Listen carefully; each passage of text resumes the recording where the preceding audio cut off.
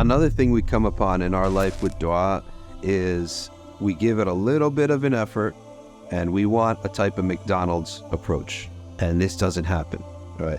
So many people, I tried doing dua, it didn't work, okay? I guarantee you, most things in life don't work because people give up on it. And we've come to expect a drive-through ATM reality. Immediate, I need to hit the refresh button, I need to get what I want. And that's something that's happened. The Prophet ﷺ said, at the end of time, the sabr will disappear, patience will disappear. Now, why would patience disappear? It's because technology and life is getting faster, okay? The idea of waiting for a message from somebody doesn't exist anymore, because you email them, you call them, you text them, immediately information is transmitted all the time.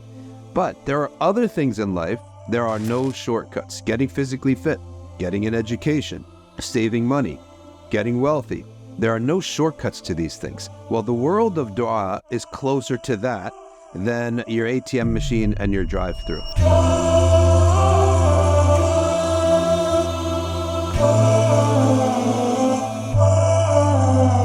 Now, one time a guy came up to me and he said, I've been making dua to get married, I can't get married. I said, what's the issue? He said, 6 months. I said, look, how long did it take for you to get a high school diploma? Right? It took you 4 years to get a high school diploma. That's not even something you really care about, right? Nobody goes on hanging their high school diploma up. So you care about marriage far more than high school, but you did 4 years of high school, then you did 4 years of college, then you did 4 years of medical school. Now, at the end of all this, you have a wife and you have your medical school degree. You have to lose one. Which one? You're going to lose your medical school degree. Keep your wife, right? So in this case, your wife is more important. It took you 4 years medical school, 4 years residency, 8 years you devoted to be an independent physician and a doctor, right? 8 years. And you're not willing to wait 8 months, right?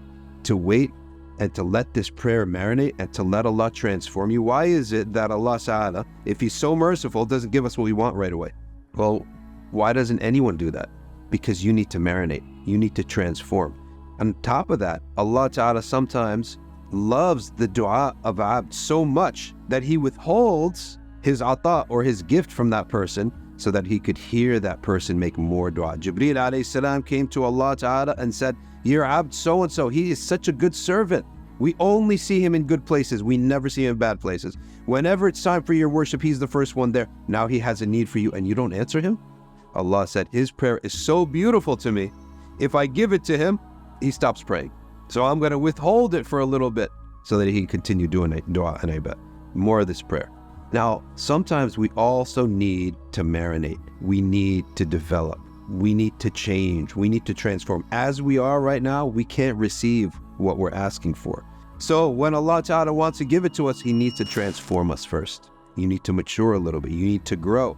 And through your constant life of dua, you will transform. You will grow to make yourself ready to receive it.